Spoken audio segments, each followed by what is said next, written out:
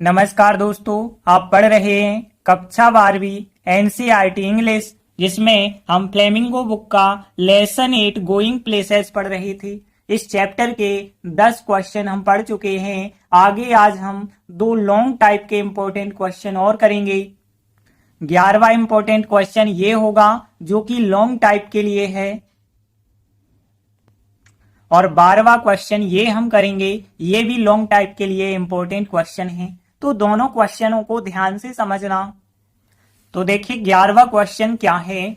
Sophie and जानसी were classmates, मतलब Sophie और जानसी classmates थे। क्लासमेट्स का मतलब सहपाठी, तो वो साथ साथ पढ़ती थी, एंड फ्रेंड्स भी थी वो। अब देखिए आगे पूछा गया है कि व्हाट वर द डिफरेंसेस, क्या अंतर था बिटवीन देम, उनमें क्या अंतर था। दैट शो अप, जो कि दर्शाया गया है इन द स्टोरी, यानी कहानी में। तो कहानी में कौन सा अंतर दोनों में दर्शाया गया है। तो देखिए ये क्वेश्चन है कि सोफी और जानसी सहपाठी भी थी और मित्र भी थी, उनके बीच क्या अंतर था जो कहानी में दर्शाया गया है या दिखाया गया है। तो देखिए चैप्टर में हमने आपको बताया था कि सोफी और जानसी बिल्कुल एक दूसरे से अलग हैं। सोफी कल्पना करती रहती है, सपने देखती रहती है, वह सपनों की दुनिया में जीना चाहती है, वह इस दुनिया से पलायन करना चाहती है, सपनों से वो बाहर ही नहीं आना चाहती। लेकिन जॉन्सी एक यथार्थवादी लड़की है। यथार्थवादी मतलब हकीकत को समझने वाली, वो प्रैक्टिकल लड़की है, मतलब एक व्यवहारिक लड़की है, उसमें संवेदनशीलता है, परिपक्वता है। इसी वजह से वो सोफी को याद दिलाती है कि हमें महंगे महंगे सपने नहीं देखना है, क्योंकि जिनको पूरा करने के लिए बहुत सारा धन चाहिए और वित्तीय स्थिति हमारी उनके अनुकूल नहीं है। उन्हें तो केवल बिस्कुट फैक्ट्री में ही जॉब मिलेगी। तो देखिए आंसर बताया गया है, सोफी और जानसी एक दूसरे से अलग थी। सोफी एक ड्रीमर है, ड्रीमर यानी सपने देखने वाली है, अपनी कल्पना का उपयोग करती रहती है और काल्पनिक दुनिया बनाने का आनंद लेती है।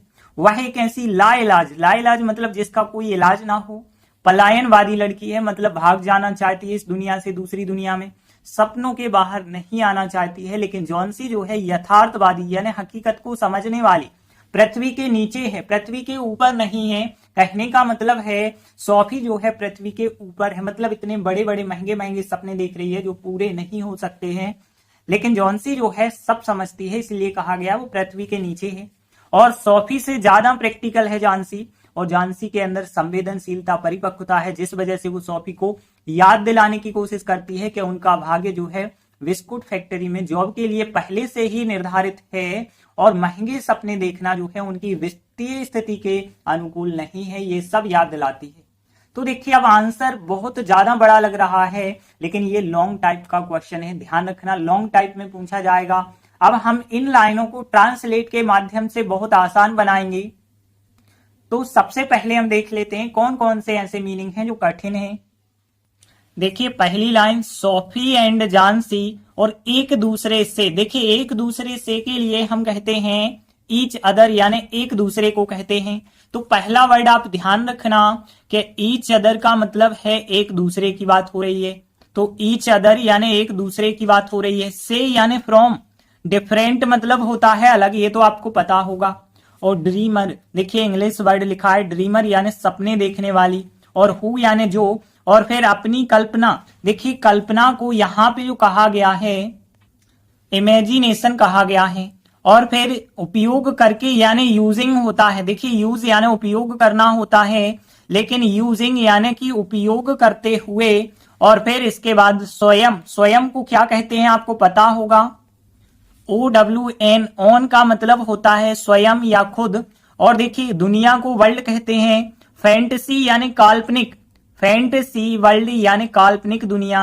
और बनाने का यानी क्रिएटिंग, क्रिएटिंग लिखा गया है बनाने को, तो ध्यान रखना क्रिएट यानी कि होता है उत्पन्न करना या बनाना, क्रिएटिंग हो जाएगा। एंजॉय यानी कि आनंद लेना। तो देखिए अभी कौन कौन से वर्ड हमने देखे, एक दूसरे को ईच अदर कहते हैं, और फिर यहाँ पे कल्पना को इमेजिनेशन या फैंटेसी भी कहा जाता है, लेकिन यहाँ इमेजिनेशन लिखा है। और फिर यूजिंग यानी उपयोग करके, और OWN ऑन यानी स्वयं की बात हो रही है। और फिर काल्पनिक दुनिया यानी फैंटेसी वर्ल्ड हो जाएगा। क्रिएटिंग यानी बनाने का, एंजॉय यानी आनंद लेती है। फिर आगे देखिए, वह एक ऐसी लाइलाज, लाइलाज मतलब जिसका कोई इलाज नहीं होता है, उसे क्या कहते हैं? इनक्यूरेबल कहते हैं। तो ध्यान रखना, इनक्यूरेबल का मतलब जो होता है लाइलाज कहलाता है, जिसका कोई इलाज ना हो। इसके बाद देखिए पलायनवादी, पलायनवादी देखिए आपने एक शब्द देखा होगा स्केप, स्केप करना यानी पलायन करना होता है, स्केपिस्ट यानी कि होता है पलायनवादी, जो पलायन करता है। और फिर जो सपनों से बाहर नहीं आएगी, जो के लिए हु कहेंगे। और फिर ड्रीम्स यानी सपने, और आउट यानी बाहर, नॉट यानी नहीं, और कम यानी आना। बहुत सरल से वर्ड हैं। फिर आगे देखिए जानसी, यथार्थवादी, यथार्थवादी का मतलब जो होता है रियलिस्ट होता है, ध्यान रखना। तो रियलिस्ट का मतलब है यथार्थवादी यानी हकीकत को समझने वाली। और डाउन टू अर्थ यानी पृथ्वी के नीचे, डाउन टू अर्थ यानी होता है पृथ्वी के नीचे। और इसके बाद देखिए यहां मोर प्रैक्टिकल यानी ज्यादा व्यवहारिक, मोर प्रैक्टिकल। और की अपेक्षा को देन कहते हैं, ध्यान रखना THAN होता है देन, देन यानी से ज्यादा या की अपेक्षा होता है। तो यहाँ की अपेक्षा को कौन सा वर्ड लिखा गया है? देन लिखा गया है। फिर देखिए संवेदनशीलता यानी सेंसिबिलिटी कहलाती है संवेदनशीलता। एंड मिच्योरिटी यानी कि होती है परिपक्वता। तो यहां सेंसिबिलिटी हो जाएगा एंड मिच्योरिटी हो जाएगा। और फिर इसके बाद देखिए याद दिलाना को रिमाइंड कहते हैं। तो ध्यान रखना, रिमाइंड का मतलब होता है याद दिलाना। तो यहां रिमाइंड हो जाएगा याद दिलाना। और ट्राई करना यानी कोशिश करना होता है। फिर इसके बाद देखिए ये वाक्य तो आप पढ़ चुके हैं कि उनका भाग्य जो है बिस्कुट फैक्ट्री में जॉब के लिए पहले से ही यानी ऑलरेडी डेस्टिन्ड, हमने आपको बताया था ऑलरेडी डेस्टिन्ड, ये पढ़ चुके हैं कि भाग्य पहले से ही लिखा था, तो ऑलरेडी डेस्टिन्ड था यहाँ पे। फिर आगे देखिए महंगे सपने, एक्सपेंसिव यानी होता है महंगे, और ड्रीम्स यानी सपने। तो यहां पे ध्यान रखना एक्सपेंसिव यानी महंगे और ड्रीम्स यानी सपने। और फिर यहाँ वित्तीय स्थिति, वित्तीय स्थिति को हम फाइनेंशियल कंडीशन या फाइनेंशियल स्टेटस कह सकते हैं। और देखिए सुटेबल यानी होता है उपयुक्त, लेकिन अनसुटेबल यानी अनुपयुक्त कह सकते हैं। तो देखिए कौन कौन से वर्ड हमने देखे, अनसुटेबल यानी अनुपयुक्त देखा, फिर फाइनेंशियल कंडीशन देखा वित्तीय स्थिति, और एक्सपेंसिव यानी महंगी, रिमाइंड यानी याद दिलाना होता है, ट्राई कोशिश करना, मिच्योरिटी यानी परिपक्वता, एंड जो है सेंसिबिलिटी यानी संवेदनशीलता, और रियलिस्ट का मतलब है यथार्थवादी, डाउन टू अर्थ यानी पृथ्वी के नीचे, देन यानी की अपेक्षा, मोर प्रैक्टिकल, और फिर लाइलाज यानी इनक्यूरेबल होता है, और पलायनवादी स्केपिस्ट होता है। और फिर यहाँ पे बहुत सरल सरल क्रिएटिंग यानी बनाने का, और इंजॉय आनंद लेना, और फैंटेसी वर्ल्ड यानी काल्पनिक दुनिया, OWN ओन यानी स्वयं की, यूजिंग उपयोग करके, और इमेजिनेशन यानी कल्पना, और ड्रीमर यानी सपने देखने वाली होता है, और ईच अदर यानी एक दूसरे की बात हो रही है, डिफरेंट यानी अलग। देखिए ज्यादा कठिन वर्ड बिल्कुल नहीं है, इतने वर्ड तो होंगे क्योंकि लॉन्ग टाइप का क्वेश्चन है ना, तो थोड़ी से वर्ड तो कठिन मिलेंगे। अब देखते हैं पहली लाइन, देखें सोफी एंड जानसी, और फिर सहायक क्रिया लगाएंगे वाज वर में से वर सहायक क्रिया, क्योंकि यहाँ पे दो लोग हैं। तो सोफी एंड जानसी वर सहायक क्रिया, और फिर डिफरेंट फ्रॉम, और फिर एक दूसरे को हमने बताया ईच अदर। तो सोफी एंड जानसी वर सहायक क्रिया, डिफरेंट फ्रॉम ईच अदर। फिर आगे देखिए सोफी एक ऐसी ड्रीमर है, तो सोफी और फिर इज सहायक क्रिया लगाएंगे सोफी के बाद। तो सोफी इज अ ड्रीमर, एक ऐसी ड्रीमर है। देखिए ऐसी शब्द को वहां नहीं लिखते जब ऐसी का आगे वर्णन किया गया हो। तो Sophie is a dreamer, Sophie एक ऐसी लड़की है। हु यानी कि जो, फिर आगे देखिए यहाँ पे ये पूरा वाक्य प्रेजेंट सिंपल है, तो हु इंजॉय में एस लगाएंगे, हु इंजॉयस यानी जो आनंद लेती है। अब किस चीज का आनंद लेती है? क्रिएटिंग का, यानी कि बनाने का। तो यहाँ पे क्रिएटिंग बनाने का, फिर क्या बनाने का? काल्पनिक दुनिया बनाने का। और काल्पनिक दुनिया जो है अपनी स्वयं की है, तो फिर हमें लिखना होगा हर यानी अपनी, ओन यानी स्वयं की, और फैंटेसी वर्ल्ड यानी कि काल्पनिक दुनिया। हर ओन अपनी स्वयं की, और फैंटेसी वर्ल्ड यानी काल्पनिक दुनिया। यूजिंग यानी उपयोग करके, यूजिंग यानी कि उपयोग करके, किसी भी चीज का उपयोग करके, ध्यान रखना। और फिर हर मतलब अपनी, इमेजिनेशन यानी कि कल्पना, तो हर इमेजिनेशन हो जाएगा। तो देखिए Sophie is a dreamer, Sophie एक ऐसी ड्रीमर है। हु यानी जो इंजॉय आनंद लेती है, क्रिएटिंग यानी बनाने का, और हर ऑन अपनी स्वयं की, फैंटेसी वर्ल्ड काल्पनिक दुनिया बनाने का, यूजिंग उपयोग करते हुए, और फिर हर इमेजिनेशन अपनी कल्पना का। फिर आगे देखिए वह एक ऐसी लाइलाज पलायनवादी है, वह यानी सी लिखेंगे, फिर इज सहायक क्रिया, और फिर यहां पे एक ऐसी, देखिए ऐसी शब्द फिर आपको नहीं लिखना है क्योंकि ऐसी के लिए आगे बताया गया है। अब देखिए यहां लाइलाज के लिए हमने आपको बताया इनक्यूरेबल बताया। इनक्यूरेबल देखिए स्वर से उच्चारण आ रहा, तो एक के लिए एन आर्टिकल एन इनक्यूरेबल, और स्केपिस्ट हमने बताया पलायनवादी के लिए। तो यहां पे सी इज, फिर एन आर्टिकल, इनक्यूरेबल यानी कि लाइलाज, और स्केपिस्ट यानी पलायनवादी है, हु यानी जो अपने सपनों से बाहर नहीं आएगी। ये वाक्य फ्यूचर सिंपल है। तो फिर कैसे बनाएंगे, देखिए फ्यूचर सिंपल में विल सहायक क्रिया होती है, और फिर जो है फर्स्ट फॉर्म होता है नॉट लगा के, यहां नॉट लगाना और विल, तो विल नॉट को हम वॉन्ट लिख सकते हैं। तो यहां पे हु वॉन्ट कम जो नहीं आएगी, हु वॉन्ट कम जो नहीं आएगी, और फिर आउट, आउट ऑफ यानी के बाहर, आउट ऑफ का मतलब के बाहर, और हर ड्रीम्स यानी अपने सपनों के बाहर, तो हु वॉन्ट कम जो नहीं आएगी, और फिर आउट ऑफ हर ड्रीम्स यानी अपने सपनों के बाहर। फिर आगे देखिए जॉनसी यथार्थवादी है और पृथ्वी के नीचे है, तो जॉनसी इज सहायक क्रिया, तो जॉनसी इज सहायक क्रिया down to earth and realist. तो यहां रियलिस्ट का मतलब हमने बताया यथार्थवादी, हकीकत को समझने वाली, तो जॉनसी इज सहायक क्रिया down to earth and realist. आगे वह सोफी की अपेक्षा ज्यादा प्रैक्टिकल है, वह यानी सी लिखेंगे, फिर इज सहायक क्रिया, तो she is more practical, she is सहायक क्रिया मोर प्रैक्टिकल ज्यादा प्रैक्टिकल है, देन सोफी यानी सोफी से ज्यादा, तो देन यानी की अपेक्षा और सोफी, तो सी इज यानी वह है मोर प्रैक्टिकल ज्यादा प्रैक्टिकल है, देन यानी की अपेक्षा, सोफी की अपेक्षा।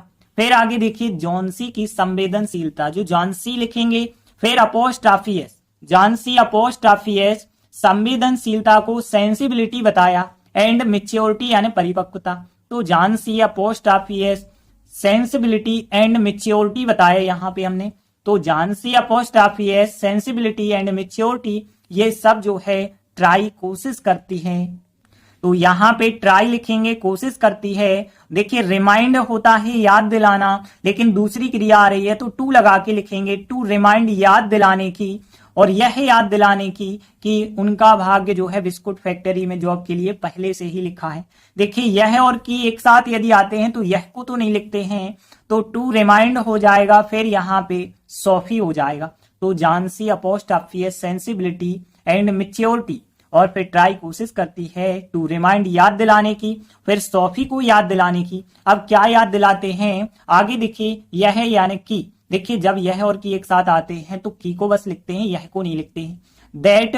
फिर देखिए आगे ये वाक्य आप पढ़ चुके हैं, यहाँ पे ऑलरेडी डेस्टिन्ड हम पहले से ही पढ़ चुके हैं, उनका भाग्य जो है बिस्कुट फैक्ट्री में जॉब के लिए पहले से ही लिखा था। ये वाक्य कैसे बनाएंगे, देखिए उनका के लिए वैसे तो दियर कहते हैं, लेकिन यहां हमें सब्जेक्ट फॉर्म लिखना है दे, तो दे, और फिर वाज वर में से वर सहायक क्रिया लगाएंगे, तो दैट दे वर सहायक क्रिया ऑलरेडी डेस्टिन्ड, ऑलरेडी डेस्टिन्ड यानी उनका पहले से ही भाग्य लिखा था, फॉर आ जॉब एक जॉब के लिए, फॉर यानी के लिए, आ जॉब एक जॉब के लिए, और फिर इन द बिस्कुट फैक्ट्री यानी बिस्कुट फैक्ट्री में, तो इन लगा के द बिस्कुट फैक्ट्री यानी बिस्कुट फैक्ट्री में, तो दैट दे वर सहायक क्रिया already destined for uh job in the biscuit factory. फिर आगे देखिए और महंगे सपने, एंड एक्सपेंसिव यानी महंगे, ड्रीम्स यानी सपने, फिर वाजवर में से वर सहायक क्रिया लगाएंगे, तो एंड एक्सपेंसिव ड्रीम्स, और जो है महंगे महंगे सपने, और फिर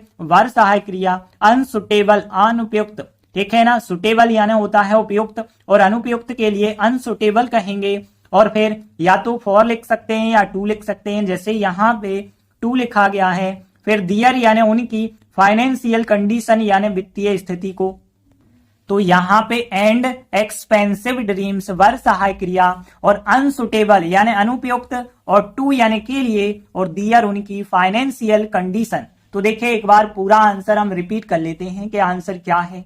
देखिए यहाँ पे सोफी एंड जॉनसी वर सहायक क्रिया different from each other, Sophie is a dreamer, Sophie is a dreamer who enjoys, जो आनंद लेती है क्रिएटिंग यानी बनाने का। चाहे तो आप टू क्रिएट भी यहाँ पे लिख सकते हैं या क्रिएटिंग, और फिर हर ओन यानी अपनी स्वयं की फैंटेसी वर्ल्ड, काल्पनिक दुनिया, यूजिंग उपयोग करके, और हर इमेजिनेशन यानी अपनी कल्पना का।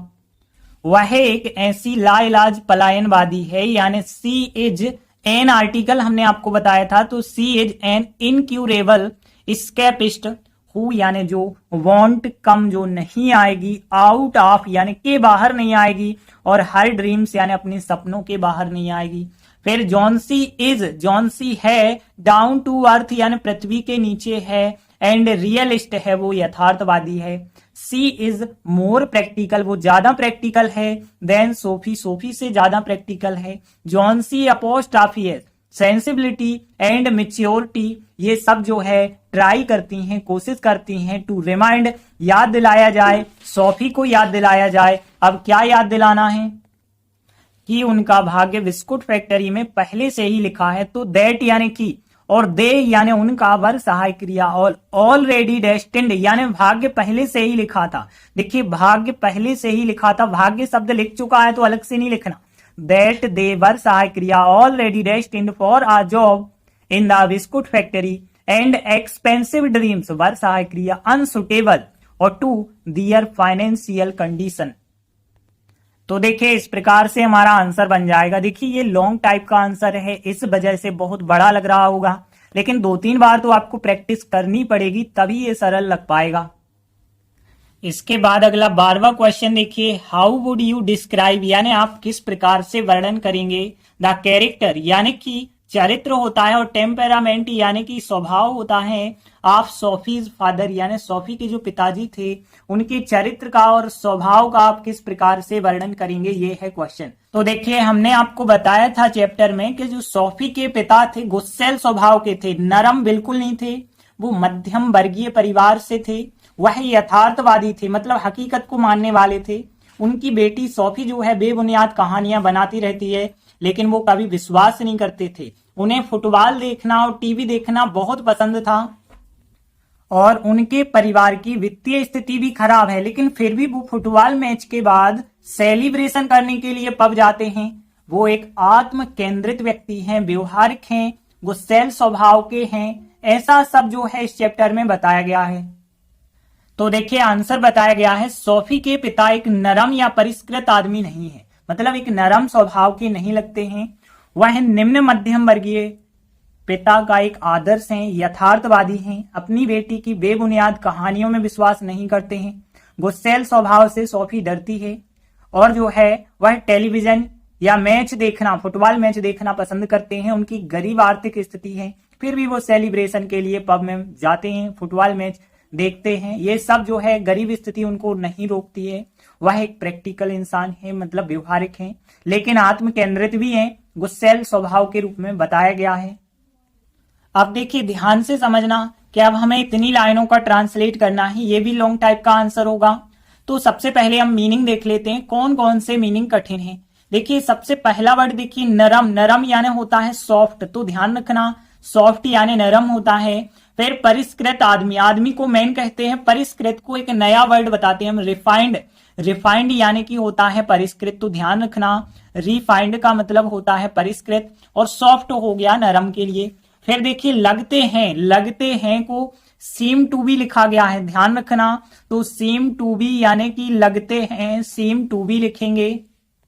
और फिर आगे देखिए यहाँ पे लोअर मिडिल क्लास, क्लास यानी वर्गीय को कहा जाता है, तो यहाँ लोअर यानी निम्न, मिडिल यानी मध्यम, और फिर क्लास तो लोअर मिडिल क्लास हो जाएगा। और आइडियल होता है आदर्श के लिए, तो यहाँ पे केवल हमने सॉफ्ट देखा नरम के लिए, रिफाइंड मैन यानी परिष्कृत आदमी देखा, और सीम टू बी यानी लगते हैं, और लोअर मिडिल क्लास यानी निम्न मध्यम वर्गीय, और आइडियल यानी आदर्श।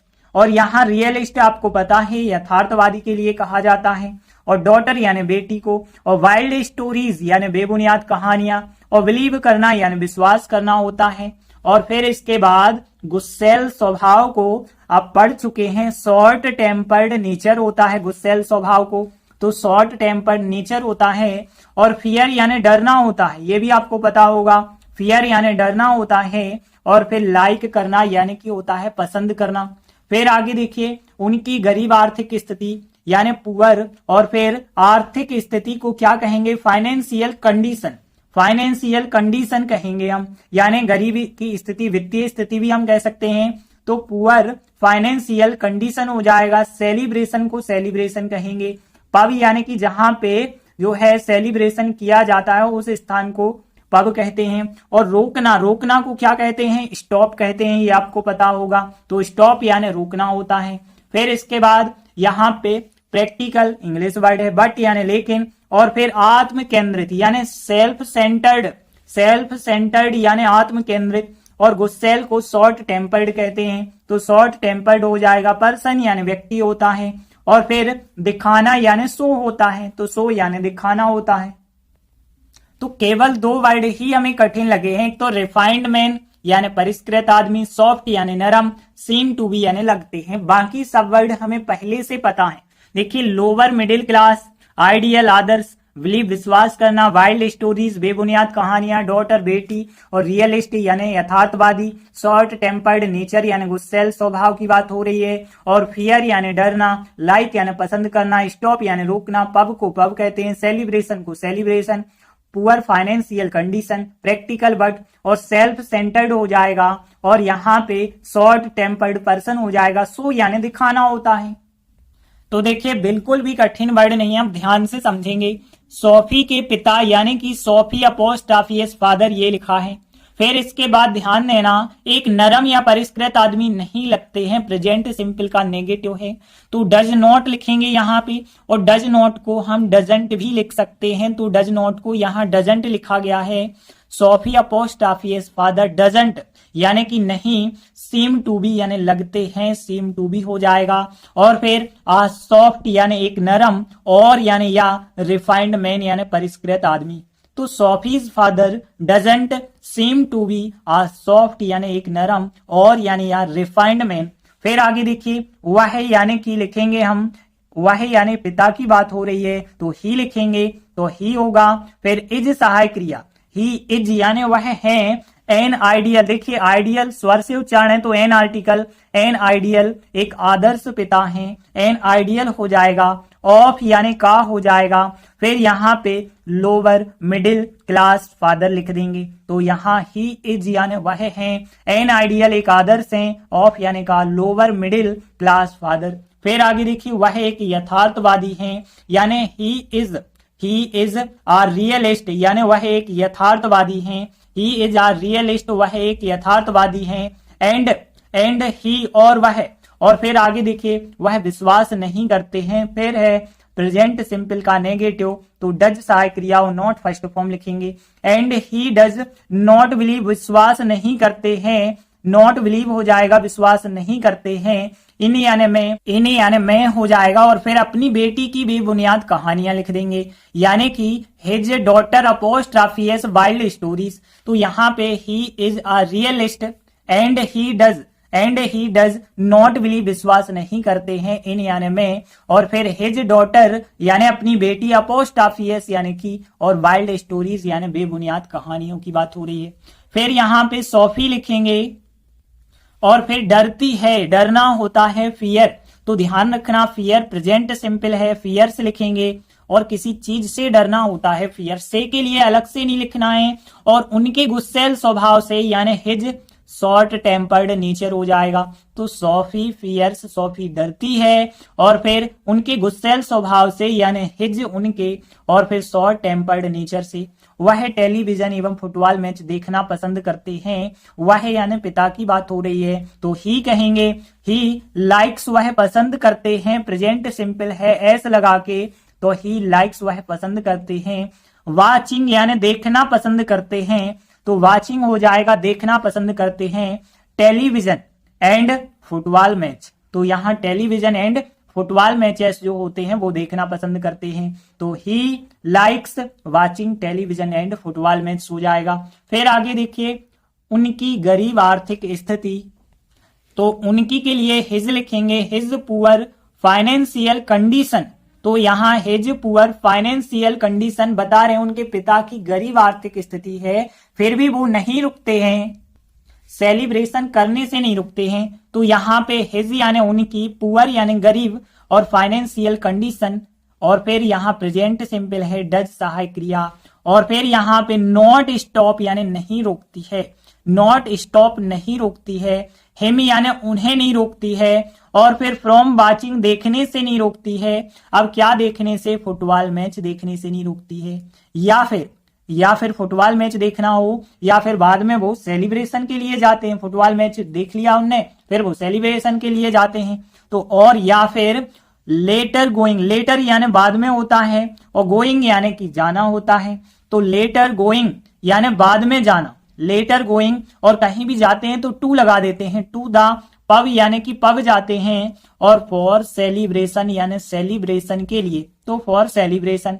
तो his poor financial condition does सहायक क्रिया नॉट स्टॉप नहीं रोकती है, हिम उन्हें नहीं रोकती है, फ्रॉम वाचिंग देखने से, फुटबॉल मैच देखने से, और लेटर यानी बाद में, गोइंग यानी जाने से, later going to the pub यानी पब में जाने से, फॉर सेलिब्रेशन यानी सेलिब्रेशन के लिए। फिर आगे देखिए, उन्हें एक प्रैक्टिकल लेकिन एक आत्म केंद्रित एवं गुस्सैल व्यक्ति के रूप में दिखाया गया है।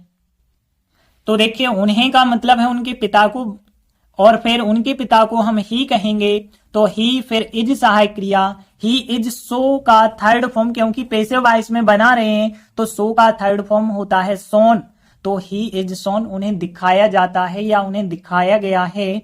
फिर आगे देखिए, एज यानी के रूप में, एज यानी के रूप में, और फिर किस रूप में दिखाया गया ये पूरा लिख देते हैं कि आप practical but a self centred and short tempered person लिख देते हैं। तो देखिए, ही एज सोन, उन्हें दिखाया गया है एज के रूप में, आप प्रैक्टिकल एक व्यवहारिक, बट लेकिन आ सेल्फ सेंटर्ड एंड जो है शॉर्ट टेम्पर्ड पर्सन। एक बार पूरा आंसर रिपीट कर लेते हैं। देखिए, सोफीज फादर डज नॉट यानी डजंट सीम टू बी नहीं लगते हैं, या सॉफ्ट यानी एक नरम, और या रिफाइंड मैन परिष्कृत आदमी। और फिर ही इज वह है, एन आइडियल एक आदर्श है, ऑफ यानी का, और लोअर मिडिल क्लास फादर। और फिर ही इज अ रियलिस्ट, वह एक यथार्थवादी है, रियलिस्ट हैं। And he does not believe, विश्वास नहीं करते हैं, इन यानी में। और फिर his daughter apostrophe S wild stories यानी बेबुनियाद कहानियों में। सोफी फियर्स, सोफी डरती है, हिज शॉर्ट टेम्पर्ड नेचर, उनके गुस्सैल स्वभाव से डरती है। और ही लाइक्स, वह पसंद करते हैं, वाचिंग देखना, टेलीविजन एंड फुटबॉल मैचेस। और फिर his poor financial condition does सहायक क्रिया not stop him from watching football match, और later going to the pub for celebration. और ही इज सोन, उन्हें दिखाया गया है एज के रूप में, आ प्रैक्टिकल बट आ सेल्फ एक आत्म सेंटर्ड यानी केंद्रित, एंड शॉर्ट टेम्पर्ड पर्सन। तो देखिए, इस प्रकार से हमारा आंसर बन जाएगा, और ये आंसर उससे ज्यादा आसान है, इस वजह से ये तो आंसर सब लोगों से बन जाना चाहिए। और 11वें क्वेश्चन को आप 2-3 बार रिपीट जरूर करना, ताकि आपसे आंसर अच्छे से बनने लगे, क्योंकि लॉन्ग टाइप का कोई ना कोई क्वेश्चन इससे जरूर पूछा जाएगा। धन्यवाद।